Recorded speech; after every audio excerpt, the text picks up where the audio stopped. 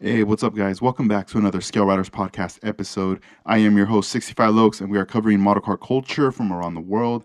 Episode number 187 with my first time guest here on the podcast, Giuseppe Rosato. I've been following his work on Instagram, and man, I'm always blown away by what he does. Model car builder, Tamiya RC car collector, and also model car collector. So many things that I want to ask him and learn about Giuseppe. Excited. I hope you guys enjoy this episode.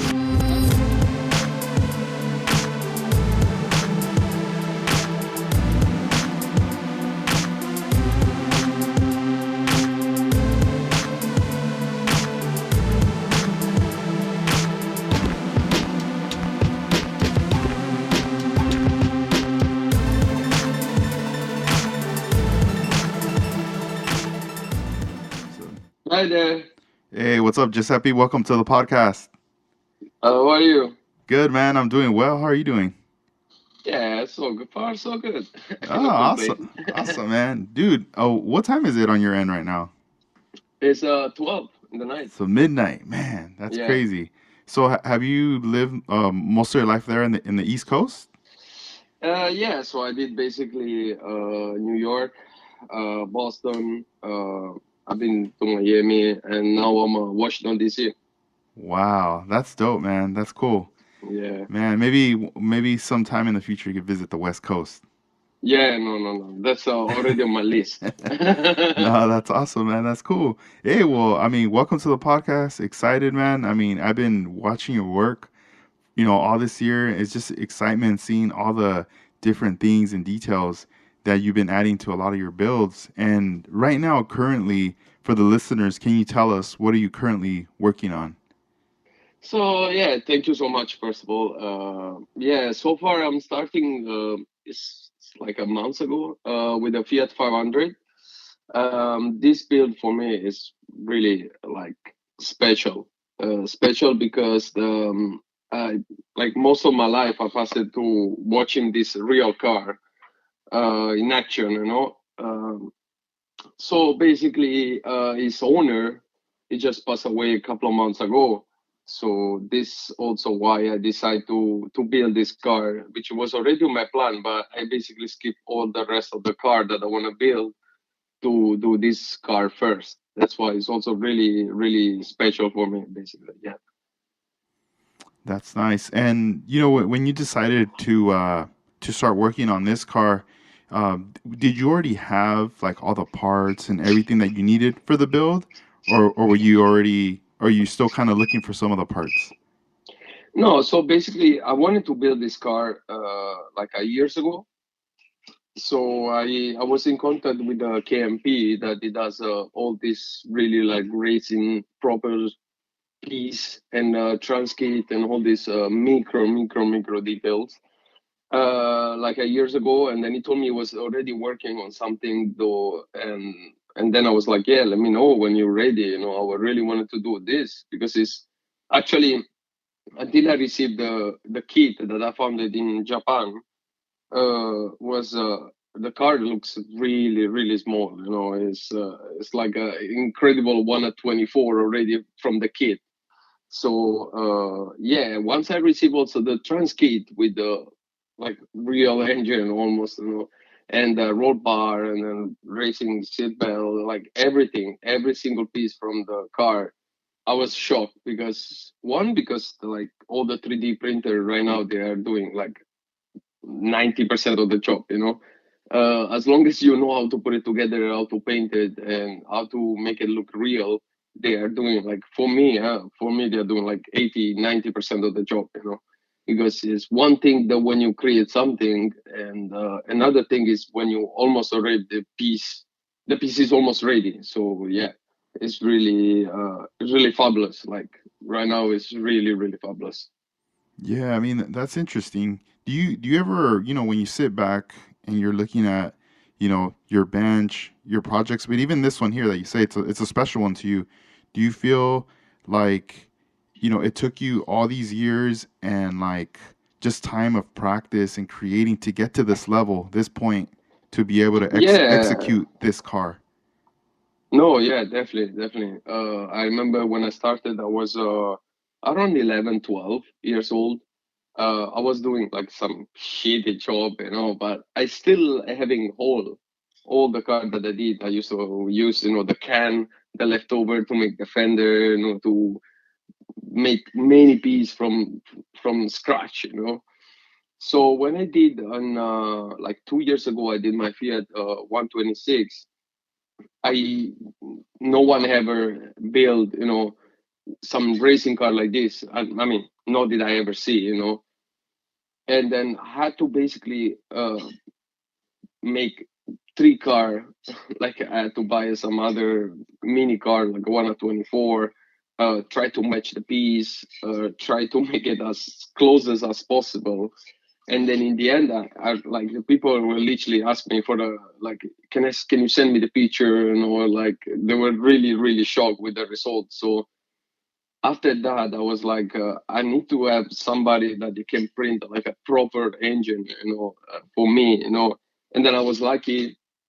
I was really, really lucky that the guy, he was like, yeah, I'm already working on it. And then I didn't even know. I just asked him because I bought some other piece in the past. So, yeah, I was, um, until now, I didn't even finish the car, but I'm already shocked with like the details, and it's crazy, like, especially when you start from from nothing, I was just happy, with the product that I found it online. But then I realized that, every month, we find some beautiful piece right there.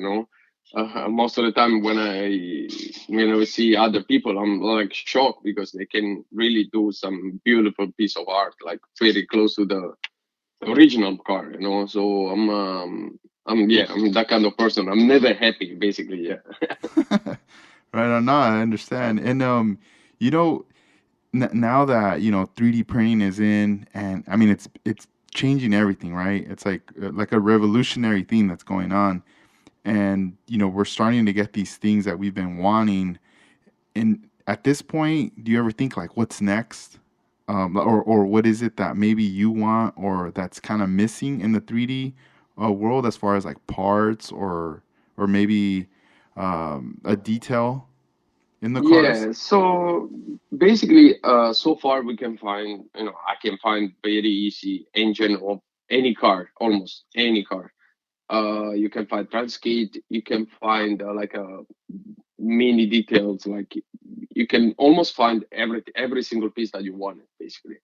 I think for me, my next challenge will be to just make it make the engine alive, like just literally almost a switch on the car with your micro key. I think that is my future level. I think, yeah. Yeah, just like start implementing a little bit more like electronics into it. Yeah, electronic, and also like sounds on the engine, like when you do this microphone, this micro speaker, you know, they can implement the real car, basically. Yeah, man, that'd be cool to have like an Yeah, audio clip of it once it like starts up for display. yeah. That's cool. In So, your area where you live, is there or do you know of a community that does like model car shows by any chance? um, personally, I never been to any car show. One, because of the time, because my work takes like 80% of my time, so it's really taking my time. Yeah. So the next one is no, because I never thought that any work that I do is like people can like it, basically. Yeah. So I never been to any car show, basically, and there is no one that I know in DC that does something like this hobby, basically. Yeah. Yeah, so that must be kind of interesting and also kind of nice, just being able to be in your zone, expressing yourself, at home, working on the models, but at the same time, when you do want to connect with people, you could just go online on Instagram or your YouTube channel and connect with Yeah. other like-minded people that are into the models. Yeah, no, no, no. Actually, my YouTube channel helped me a lot to find like people next to me, And also like is like Instagram, people there texting me, they are sending me a message like, how do you do this, where you live, I can send you this and stuff like that. I'm not that kind of person that I never ask anybody to send me anything, like zero. Like I'm happy that I can buy some stuff because I'm that kind of person that never stick to one thing. I always want to try something new. I don't want to depend from basically people. If somebody wants to send me something, I'm totally fine. But I really don't want anyone to send me nothing for free, and then people they just pretend sometimes after. So yeah, that's I'm kind of like yeah, straightforward with these things. I like to buy things that I wanted, and that's it. It's like I don't want nothing for free, basically. Yeah. Right on. No, and with modeling, like model building, you had mentioned, when you were a young kid and you were doing it around that time. Were you getting this stuff online, or was there like stores in your area where you were purchasing the models from? No, no. This was basically a store when I was back home. So it was basically a little. It was only one store, I believe. Yeah, it was only one store that was getting car from Burraco. And then as there, when I discovered that the Burraco at that time, he was making like a kit, like a metallic things that you can just is already pre-paint. Everything is there. You just need to put it together, basically. And yeah, I used to buy like a 4 or 5 kit and then getting like one maybe out of it, and then building like breaking piece, and then yeah, basically mixing and match. If I show you to my Instagram one of my first model, I think they will shut down my channel. That's cool that you keep all that stuff, and just from there, everything started. Like your love for cars and interest started to grow more from there. Yeah, so basically, when I was around 13, I used to race a lot with the go-kart. And then, as I said, in my small village back home, it was like is most of the people they have one racing car. They have a track. So this is all started from like one little things. That literally exploded to my mind. I was really, really, really passionate with the car. I was really willing to do even a racing car. And then yeah, and then unfortunately I had to change. I couldn't race anymore, so I had to change my like work life.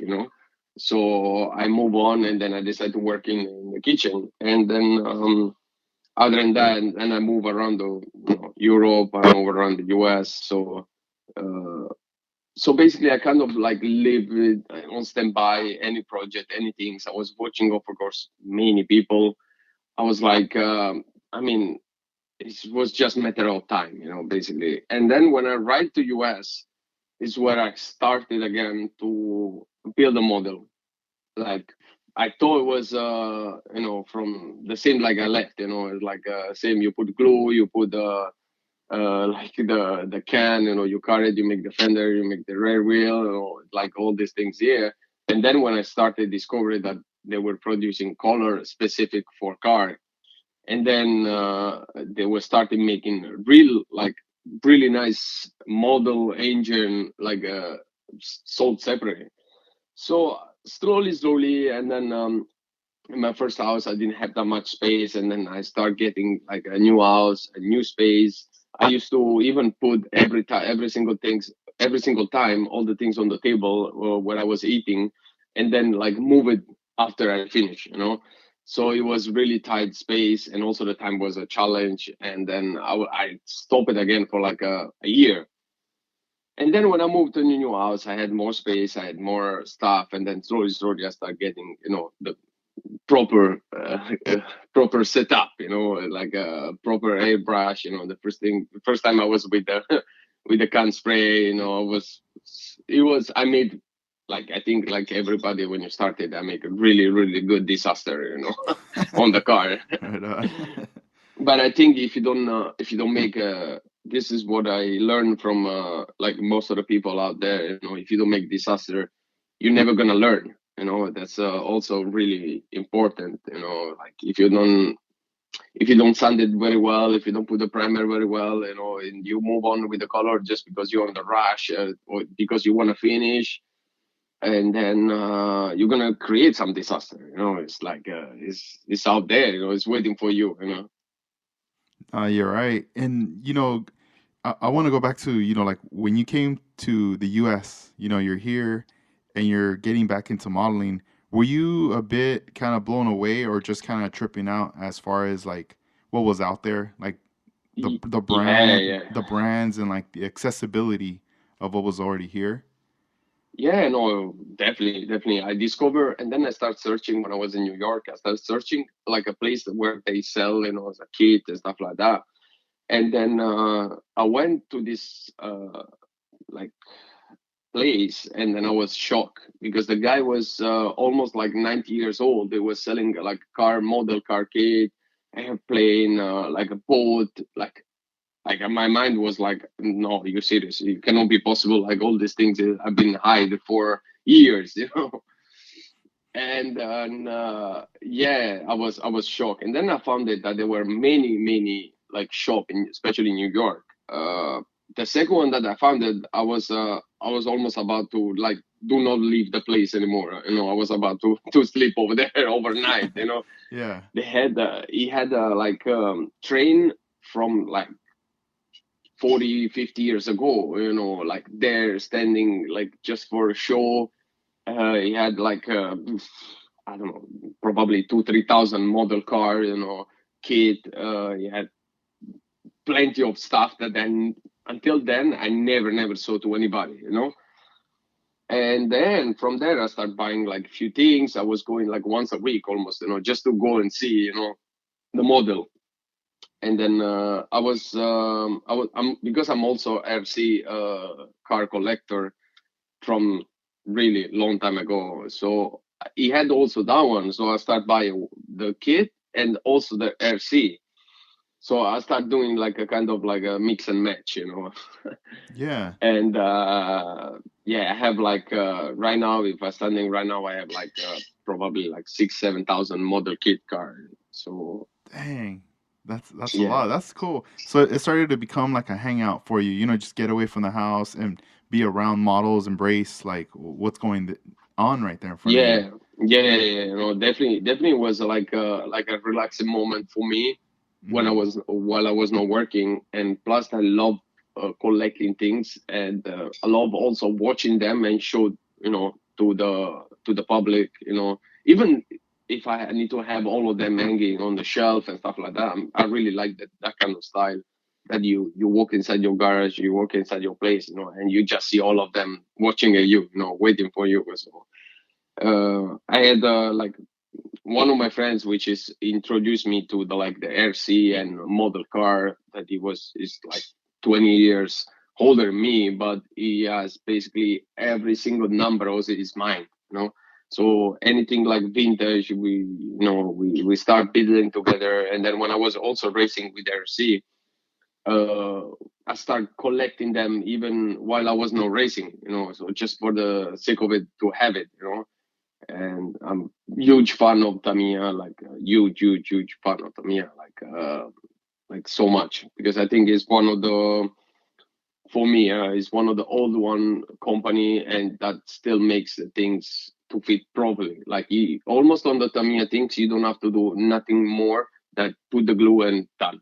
You know, most of the part they fit together. You know, there is like if you want to build like a stock car, you know, it's really amazing, especially when you started. I would say like to everybody to to buy something from Tamiya, you know, because they makes really amazing stuff. Yeah, it's amazing. Like the not only the kits, but also the tools and the paints, like just things that pretty much like I feel like everything that they offer is really like a good quality that they put No, out. I'm still for example, I'm still using like paint from Tamiya, you know. Yeah. I'm still using like all the tools from Tamiya. They're like a 20 years guarantee they will never break if you know how to use it, you know. It's like Hmm. they are crazy on this small part, like all this. And then the same thing apply to the RC. Even the vintage car, they're like they're still walking around. Like they just came out yesterday. So yeah, they really know how to make the things properly, basically. Yeah. Yeah, and did Tamiya ever make like a 124, 125th scale RC? Yeah, they did. They did, but it's pretty much. I have a few of them.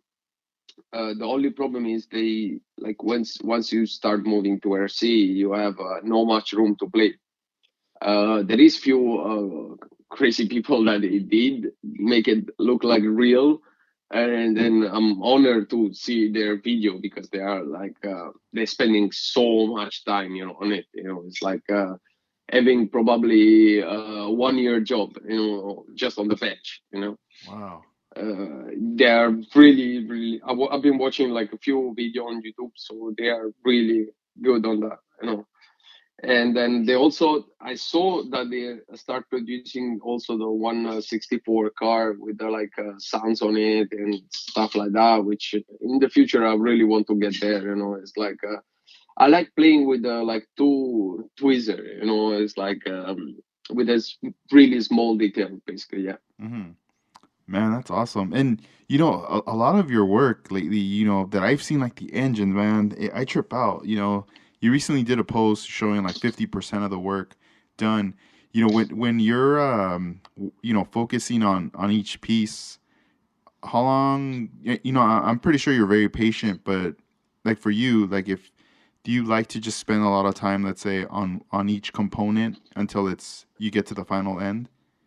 Yeah, so basically, I'm really crazy about the engine. Like, for me, the engine is the heart of the car, So, for me, the more the engine looks close, to the real one or close to what I was already thinking on my mind, for me, is already half of the job is already done, Because you can put the rust on the car, you can put carbon on the car, you can put any paint on the car, but once you do the engine and then you open, the car, it will look amazing even for whatever you put it on it. It's like any color you put on it, anything you put on it, it will look amazing just because the engine looks real, basically. Yeah. Yeah, and tell us right now. You mentioned carbon fiber. That was something I want to bring up in the podcast. Is you did a car full carbon, and tell us about this process with Yeah. with carbon fiber. Your experience. How has this been, and how has this even changed? Your model building. Oh yeah, this one. We need to go back like 3 years ago almost. When I met one of the like for me is like it's God. It's like it's God because he teach me a lot. Like 60% of what I know, I learned it from this guy here, which is Asi from Arab. I think for me is on top of being like a really amazing guy on doing model car, is also has a massive heart. He has a massive heart. Is I've been texting him like in the morning, in the afternoon, in the night, and then he always replied to me from day one that I met him. So the day when I met Arab was basically when he started, I think, was working on the Mazda on the racing seat belt. I when I watched the picture, I was like stunned. I was like, no, it cannot be real. On that point, I didn't know many people, like many good people that I have now on Instagram and Facebook and YouTube. So I look at his work, and then I went down. I scrolled down with the picture. I was like, no, no, no, no, this guy is not normal. It cannot be like he does something like perfect, like real, like this. And then I went up, and then I look at this last project, which was I think at that point was the Lamborghini, and then I saw the full Lamborghini with the carbon. I was like, no, I was like, again, it cannot be possible that this guy doesn't like a carbon fiber. So I always been in love with the carbon fiber. Like even my RC, a couple of them were all carbon. Actually, on the RC side, they use way more carbon, real carbon that we use on the 124. But I was always in love with this carbon. His carbon is so clean. It's so clean. And then I learned in the beginning, I used to rush also when I was building like a model. Then I learned in each post that it was, public, uh, it was doing piece by piece by piece by piece by piece. It was doing like, basically taking all this love, all this passion to one single small piece. And then when I start putting like a small carbon fiber here and there on inside the car, nothing crazy, like a full carbon, all car, like a small piece inside the car, and then after we were already, like a good friends, we turned it to be like having the same mental issues, with the carbon. So we were like, I was like, I said, look, I need help. I want to do like a Lancia Delta full carbon. And then it was like, why not? It was actually really stunned, about the proposing of doing Lancia Delta because I've been searching like until now, I've been searching like plenty of time, to see a real Lancia Delta full carbon, like that one I did. I couldn't take it. I couldn't find any picture, so I had to go basically everything by like imagination. So I show my project to him. It was really, really like shock. It was like, I mean, let's do it. I never see anyone, around. He helped me like all the building, all the body, with the carbon. But he helped me on the good way that I didn't send like a card to him and then he did it for me. No, he actually showed me like literally each piece, like what was the best thing to do it. And then he told me, yeah, just do it and then show me the result. And then if you cannot make it or if it turns to like shit, he said, don't worry, let's do it again. So from when I did the Lanciadetta was, I think, my mental calm. When you realize that each piece you cannot rush. Each piece you have to go slowly. You have to make it with all your passion, and then it doesn't matter if you don't post a picture for a week. But as long as when you post a picture after a week, it looks good. So Asi for me is like a really, really now it's like amazing friends. It's like we talk every day, we joke every day about everything. But he actually like helped me a lot on every single model that I did. And and then yeah, that's how I came out. Oh, that's how I came out with the carbon fiber basically. Yeah. Man, that's I had to awesome. say thank you to him. Yeah. Yeah, no, he's great. I when I was working on the Liberty Walk Lamborghini, I remember there was certain areas where I was like, I want to add carbon fiber to it. But then, you're always gonna reach these parts where it looks complex. Like, how is this gonna work? And I spent like a day trying to wrap my head around it, and I was like, without even starting anything. And then when I started talking to Ozzy and like asking him about that, like, hey. And he explained to me, he broke it down, about, this right here has to be like in sections. And he sent me some videos too, and he even drew it out on a piece of paper. And I was Yeah, like, he did the dude, same to me. So yeah. like, you just saved me so much, like, hours, like, in my mind to be thinking about this. Like, okay. So you gave me like some confidence. Like, Yeah, no, like, no, no, like, okay, definitely. okay, let's go on to the next step. And like you said, take your time and little by little, and it was Yeah. like all these little sections just started coming together where finally at the end, I was very happy with the result. If not, if I would have never asked and he would have never told me, I wouldn't have known. I would probably wouldn't even done it. No, but sometimes even the way you apply the carbon is it can change by every single piece. That I mean, you see the McLaren he did. It's like I think even the McLaren himself, is stunning about this job. It's Yeah. like fantastic. I have his picture on my desk. And then I have right in front of me. So every time I get upset with one piece, I'm Mm. watching on his car, and then I turn it to like, okay, if somebody did, I just need to basically find a peace of mind, to make it work. Basically, yeah. No, but Yeah. Yeah, it's very it was kind of it was not hard like his McLaren for sure, because his McLaren had a 250 piece, wow. to make it. That's crazy. Yeah. Yeah, my one was way less. It was around 70 Ps, but the way you cut it, and the way you put it in, and the way you make it turn the carbon is, I learned it from him basically. Yeah, I learned everything from him, and from that day, I decided that that guy was the second crazy guy that I met.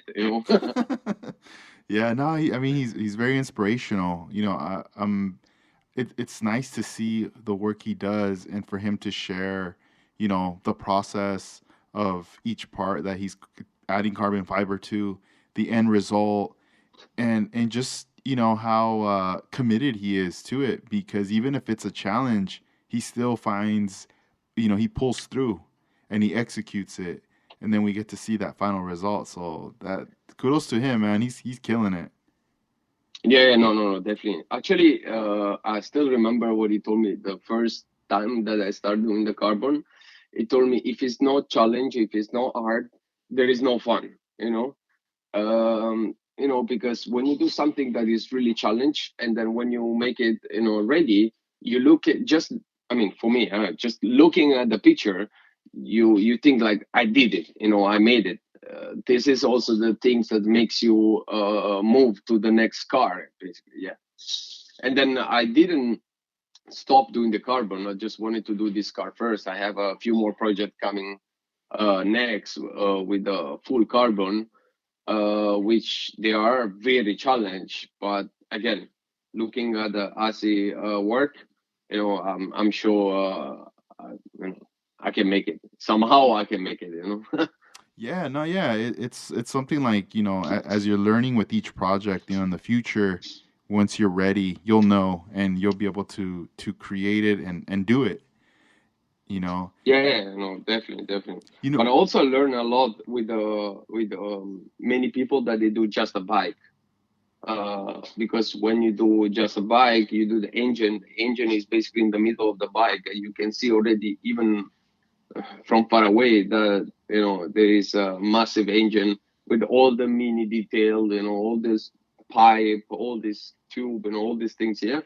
So I even learned it to do like a real engine from the way they do the bike, basically. Yeah.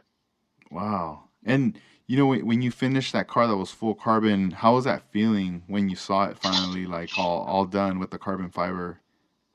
No, it was I almost took like a 300 picture of the car, but not because I wanted to take 300 picture, but just because I wanted to put everywhere, on my computer, on my desk, on my page on Instagram, on my page on YouTube. I wanted to put everywhere because for me it's been already like an amazing result, because I never thought I would go that far. Yeah. When I start, polishing the car, because you don't realize until like you polish the car, you send it down, you polish. Once I polished the car, I was like, it cannot be that shine, it's like, it cannot be possible I made it. So I was really shocked. And also I was the first one in US to have the engine for that car, Nice. because yeah, so it was kind of like a really, really good for me. And I was really happy with the result. And also when I sent when Scale Motorsport asked me the picture, I was like, no, it cannot be true, like it cannot, because I was the first time doing the whole car. It was the first time using that engine. It was the first time that I was using a proper 2K clear. It was the first time that most of the pieces they were all matching together. Hmm. So I was really impressed with my work, basically. Yeah. Yeah, when using like that 2K clear, like the first time, were you a bit intimidated, or were you like already just ready just to see what was gonna happen? No, so basically the first time I'm also, I have other, it's not just Asia. I have also other good friends, that they teach me, how to use the 2K, because in the beginning I used to spray the 2K with the higher pressure, and then I used to spray one go. I used to make so many mistakes basically, and then by the time you go there to sending, you still have all this orange peel around the whole your car, and then it's really hard to send it because once you go through to the color of the car, it's over, So I remember when I did also a previous car like the 037, like the Camaro. I did some really horrible things on the body. I went down. I went. I sent it too hard in the beginning. And the primer was not sticking there. So I did horrible things, and I started learning from what the people were saying. I was listening many other people saying, okay, you gotta spray with less. You gotta wait 10 minutes each one. You gotta take your time. Also the temperature is really important, humidity and stuff like that. So yeah, so I moved on, making some tests, also buying some like shitty kit and just spray some color and making some tests on the 2K, using different brand of 2K. I found the zero paint 2K really hard to spray, and then I moved to the another one, and then I moved to another one, and until you basically find your best 2K with your hands. This is I think this is the same with the airbrush. With the airbrush is I use that one with the pistol. I use that one with the airbrush like a typical one.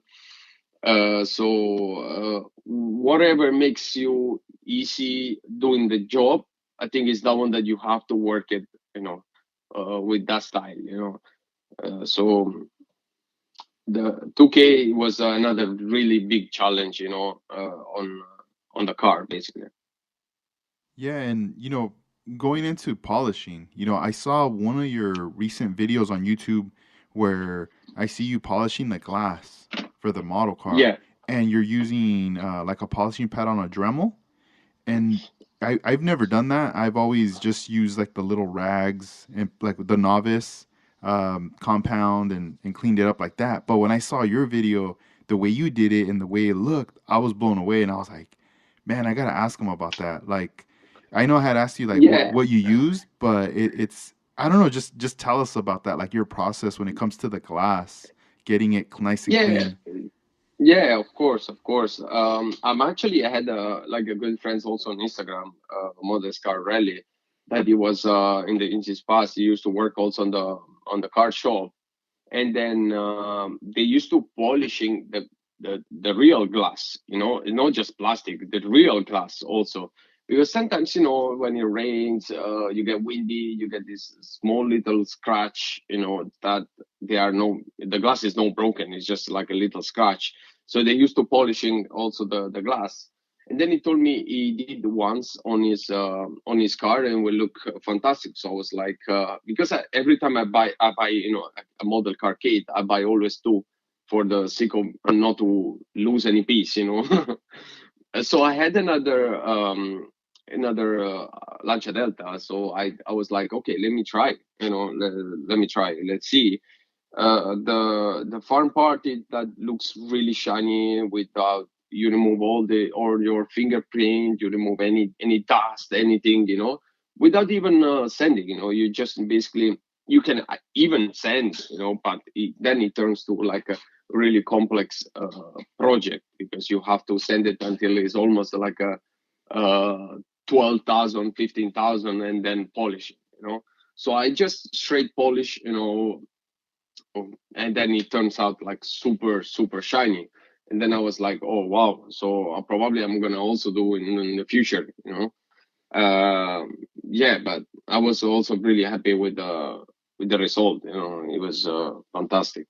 Just to remove just a fingerprint that sometimes even if you wash it, it doesn't come out. So it was already nice.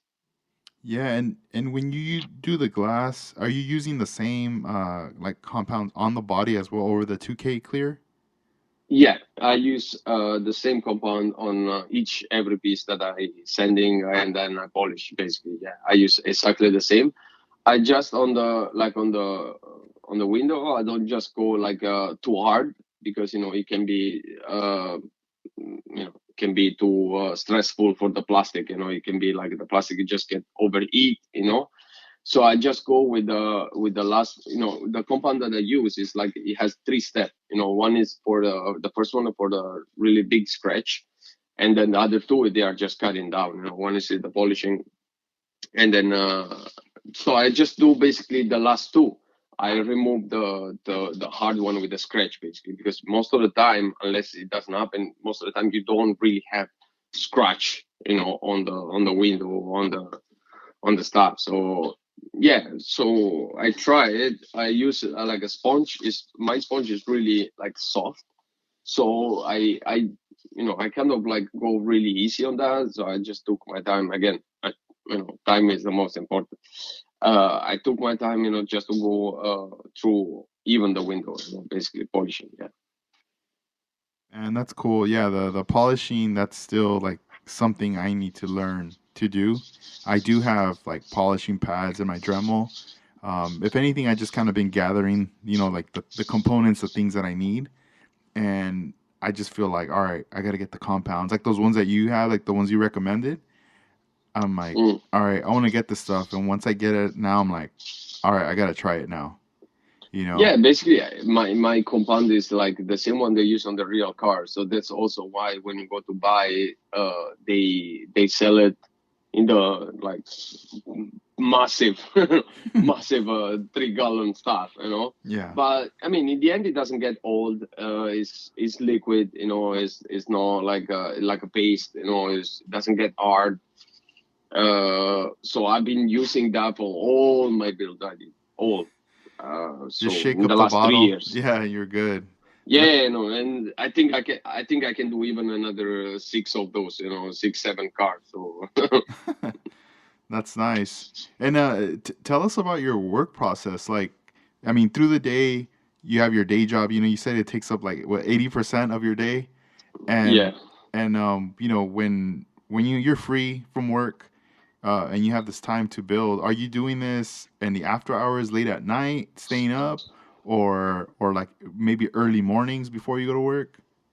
No, basically, I mean, I start working around 9 o'clock in the morning, and then I finish around 11:30 midnight. So it's really hard to find like extra time, to do during the day. When I'm off, twice a week, I really put all my effort, unless I have really something to do, I really put my effort, to try to make it work basically. And then when I basically don't work on my bench physically, I work with my brain basically. So I start already, thinking which color I should do, which material I should use. If I need to research something that I don't have, is that the moment where I start searching for extra piece, extra engine, even like a different color, And then when I actually sit down on my bench is when I start trying all the things, And then usually, I take me like a 6, 7 hour to even do like a just racing seat, because if it's not like I want it, I will gonna do like 20 times. I don't care, until it turns to what I want, basically. Yeah.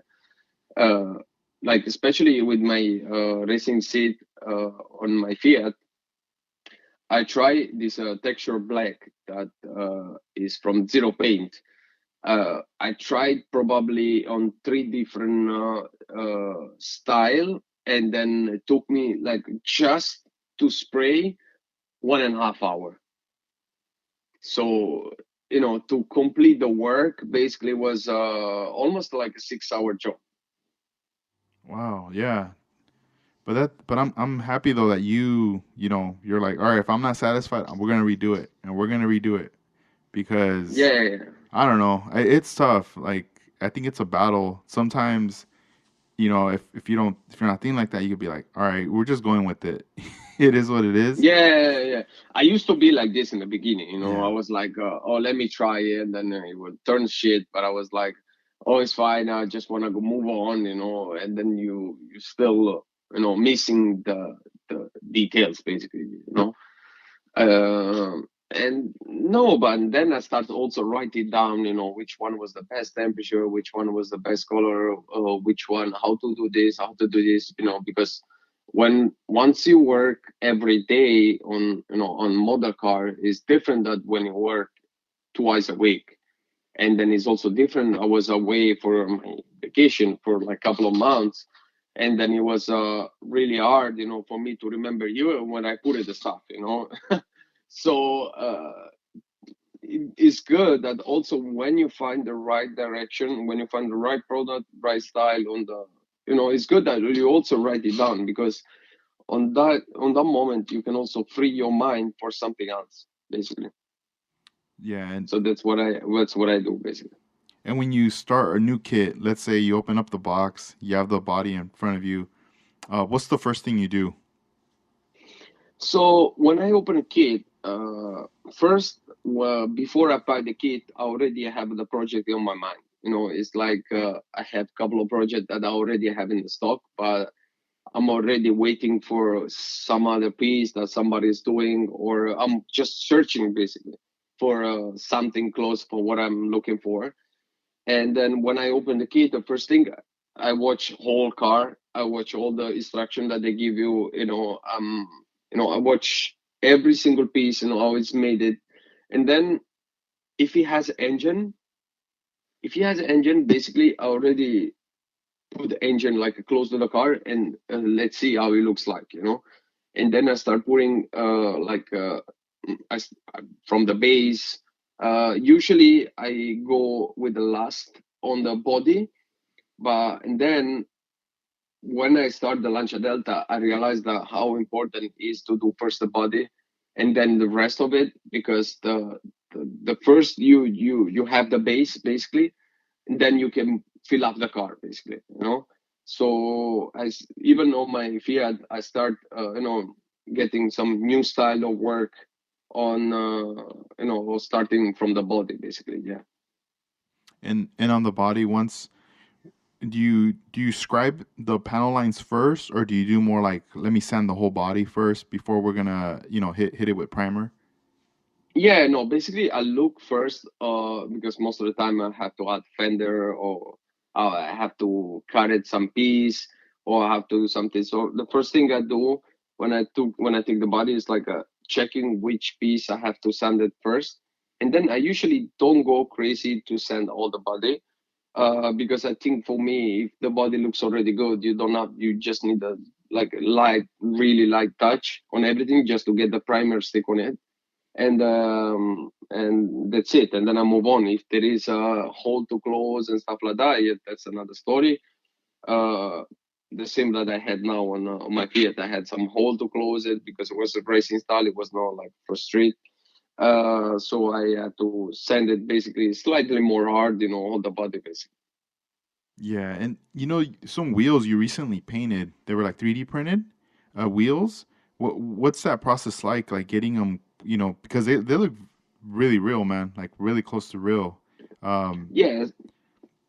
So yeah, that one they are the wheel from the Fiat. Basically, the original one it was like shiny chrome.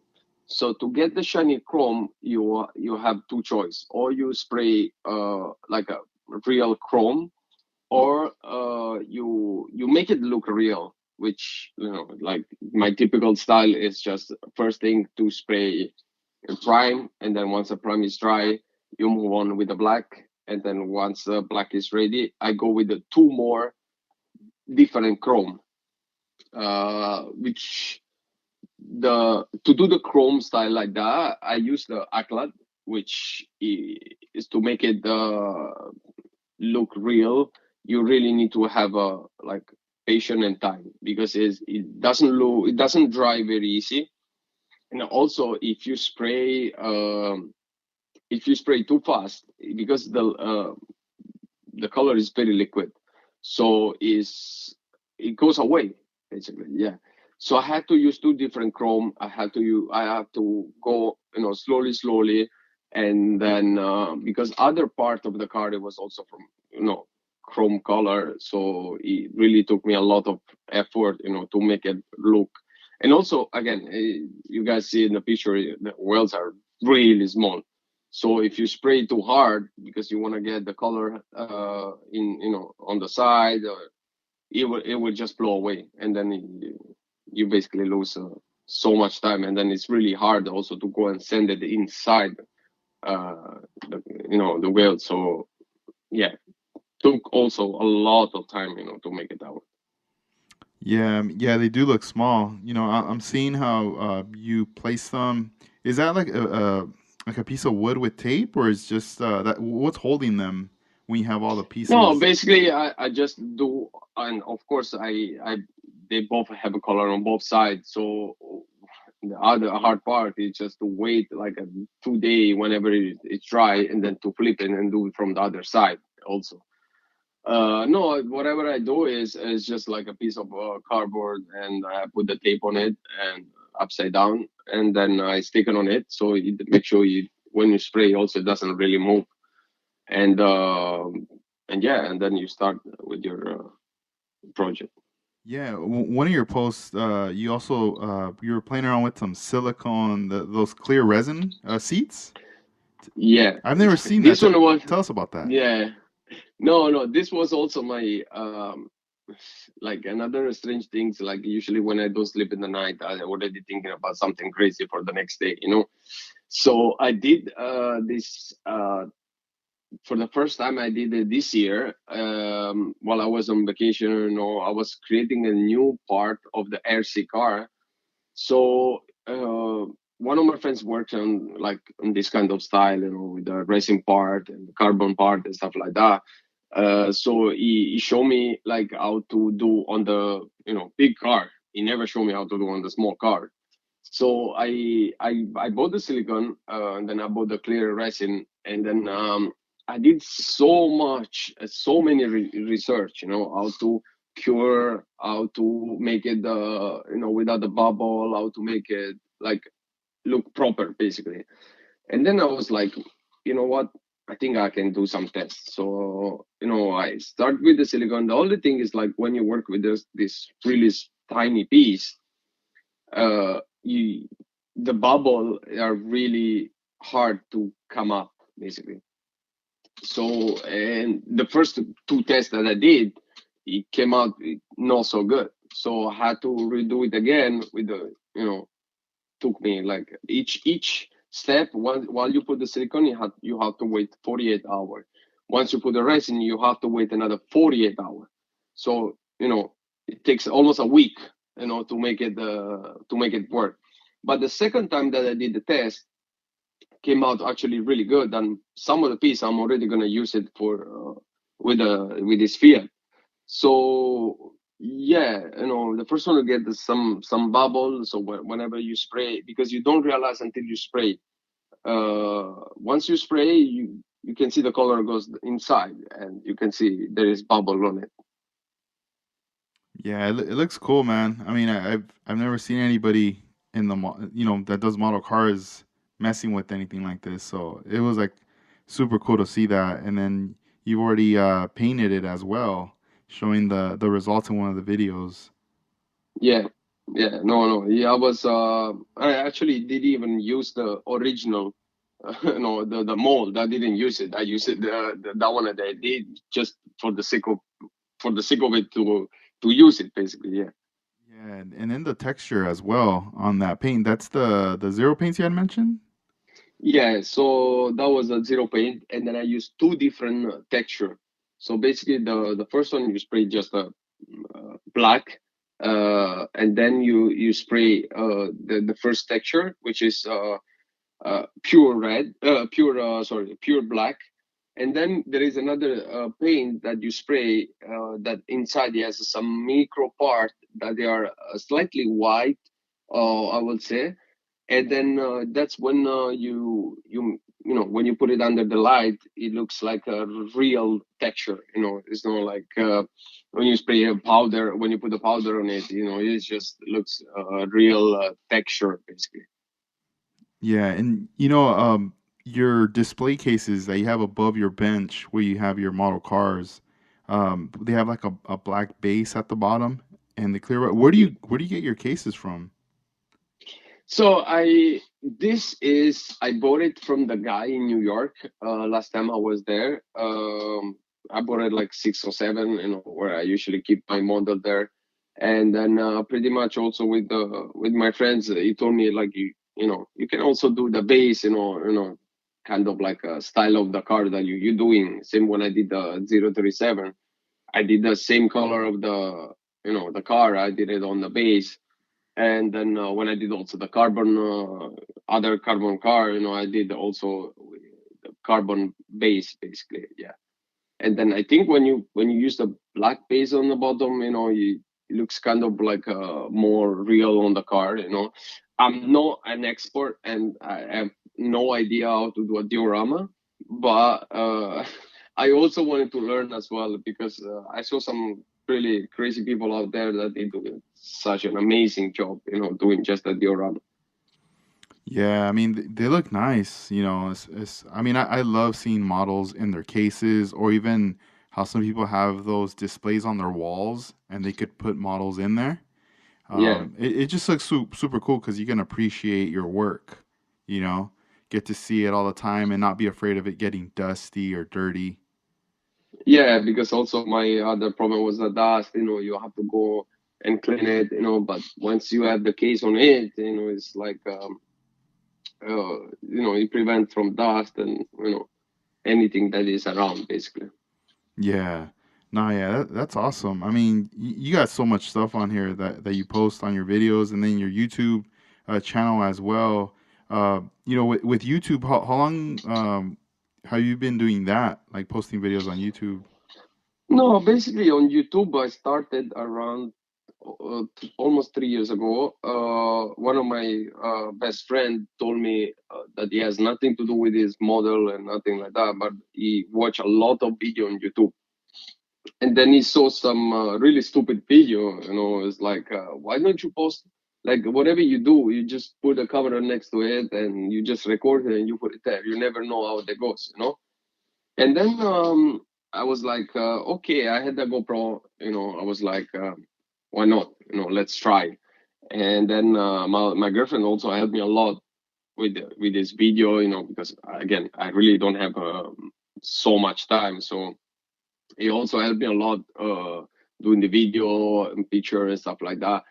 They're not like I'm not a YouTuber, guy, that spends a lot of time and money on it. But I just post it for to have something from the people to see. And many people ask me like the product that I use, where can I get the engine, where can I get this, where can I get this. I try to spend some time also to reply to. So far, I reply to every single one that sent me a message. So I also have a, like same like us. Yeah, I really have good heart. If I can help somebody, why not? You know. Yeah, no, that's cool. Yeah, because I mean the videos are nice, the presentation, and I could see how someone can ask like, "Yo, how'd you do it?" Because it looks really cool the way it's all produced, like put together on there. Yeah, they're no like like a professional YouTuber, but it's just for somebody. If somebody is looking for something, you can get some ideas, you can get some style, and then you can copy from that basically. Yeah, and like through the years with model building, do you ever or do you feel like it's helped you, like in your personal life, like perspective or the way you approach things or do things in life? No, no, no, definitely. The thing is, like before, I used to have really low patience. Once I start doing this model, that seriously, you have to. Sometimes I have to use two tweezer, to put the piece together. You need to hold your breath, until the piece is done. That's also helped me a lot. During my regular life, just to, keep calm, and make the things work. Basically, I apply the same thing on my hobby to my work, to my work life. I use it for everything, basically. Yeah, that's cool, man. That's good to hear. Cause yeah, I mean, I feel the same. Like I feel like ever since, I when I did it as a kid, it was like for fun. I mean, it still is for fun, But then now it's like I feel like as an adult doing it, you have more of a vision of what is it that you want to create. And then, when you're around your model community, everyone's helping each other out. It builds you that confidence in what you're doing, and also that patience that then, in your personal life, when you're either, whether it's at work or you're out somewhere and you have to do something, you already have that patience and confidence in your mind. Like, all right, what's the issue? Like, we'll figure it out. We'll Yeah, we'll it approach it a helps a certain lot. way. It helps a lot. Yeah, man, that's dope, man. I'm happy to hear. And Yeah. But also so many people out there told me like, leave these things for kids. This is not for you. I remember one time I was in the group, on a Facebook group, where there was so many like, professional people that they actually do this for work. So I post something on their group, and then, I remember like it was yesterday. Like the two or three people replied to the post saying like, leave this one for kids. This is not for you. You are nothing for us. Please leave the group. So from that message that I received, I was like, I wanted to reply saying like, you guys, when you started, I believe you never post anything on the any masterpiece group. So, I also get kind of like really sad saying like some of the people, like adult people, they also need to pass this, passion, this hobby, this style to the new generation, because the new generation, I personally, from the same of my age, I don't have many friends that they are doing this kind of style. They prefer to go out, to go drink, to go have a dinner, to have a something, instead of spending a couple of hours, doing something. Um, so it kind of just made me like really sad that day, that somebody from like 50, 60 years old is telling me, leave this one for kids. This is not for you. It was kind of really hard to hear, basically. yeah, no, it's tough. It's a trip because now I feel like everything's accepted now. Like, but I know that sometimes it could be tough because some people could see it as like, oh, you're like wasting your time, or what's going on. But I feel like model building, it has so much to teach that it's almost like a hidden gem. Like a lot of people don't know about it until they do it, and then Yeah. they're like, holy crap, like this is No, crazy. but Like, also because you cannot judge people from the picture. You yeah, never know if the guy, is posting the picture. He has his potential to buy a proper aircraft. You don't know if he has only one eyes, if he has only one arm. You don't actually cannot judge anyone from, if even if it's good or not. You know, that's why, you need to, the thing that I always say to everybody: if you don't like, just don't go. Don't judge anyone. Basically. yeah, no, that's good, man. Yeah, I totally understand. I know for a lot of my friends, when I started getting into model building, they were like, "Oh, what, you model build?" They weren't judging; they were just kind of shocked that I was gonna get back into it. But it wasn't until they started to see that, all right, like yo, like he's like happy, and look what he's producing, and I kept showing them what I was doing, that they were like rooting for me, but at the same time now they were like, hey, like I kind of want to try that too, and Yeah, it was like, yeah, for sure, like we should do it up. And there is always like this. Is until you don't actually put your hands. You don't know how sometimes hard is it. Sometimes you just do because your day was, shit. It's like you had a horrible day. You just want to go home and relax. And you put some music on. And that's it, basically. yeah, have you ever had that, like, a frustrating moment with model building where you just like, it's almost like the car, you just cannot, you have to put it away and start on a whole nother one now? Has that No, ever I happened? remember. Yeah, yeah, yeah. It happened once. I actually, I think, wasn't like like 3 4 years ago, no, even more, like 4 5 years ago, when I think I was doing Minolta, like from Tamiya, and then I was painting. Yeah, I was painting with a spray can, and then what happened is that I think some of the dust went on it, or I think I dropped it. No, I dropped it on the floor. I dropped it on the floor while I was putting the last piece of the car, and then I threw the car around on the wall. Basically, I destroyed in all the cars. So basically, I threw a week, like a month of Oh, like my damn. work. Like Uh-huh. yeah, but that one was the only one time that I really got mad with the mother car. Mm-hmm. And then what I start doing is like once something doesn't go right, that means it's not your thing. That means you gotta stand up, go in the park, just take a ride, do something different, Yeah. because when something it doesn't go to the right things that you want it, it's not because it doesn't go, it's just because your brain is not relaxed enough to get the job done basically. Yeah. Dang, dude, when you said threw it against the wall, I'm like Yeah, picturing that. It's playing in my head, like just like me like grabbing one of my models and just chucking it against the wall. yeah, but it was almost ready, Uh-huh. that's the funny part. It was like almost like ready for one piece. I threw it Mm. against the wall and destroyed, and I even painted the wall almost. With it. Dan, do you think I'm trying to think right now, like, let's say as much as we like models and we're passionate about it because you spend all this time, right, and work into it and you want to see it come to life, do you think, like if it's like almost the same as like a cell phone, like someone getting a cell phone and like the way the reaction of the person, like let's say someone's they take someone's phone and they throw it in the river, and then they get a modeler and they grab his one and they throw it in the river. You think they're gonna have the same kind of reaction? No, probably I will be on the jail on this time. If somebody throw the model on the river, I would be on the jail already. Yeah, dang, that would be crazy right there. No, no, no. I think I even like when I clean all the model, I already put the no. I already tell even all my family, my girlfriend, Hmm. everything. Yeah. I just told her this is my job.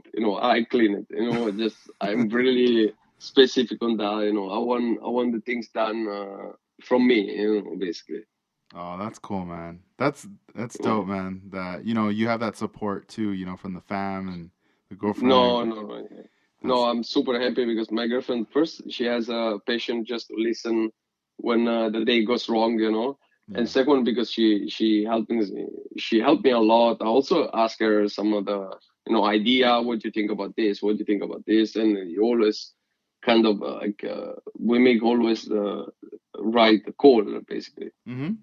Yeah, no, that's tight. That she's like participating and helping you too with like everything that you got going on right Yeah, there. no, she helped me. She helped me a lot, and I cannot complain.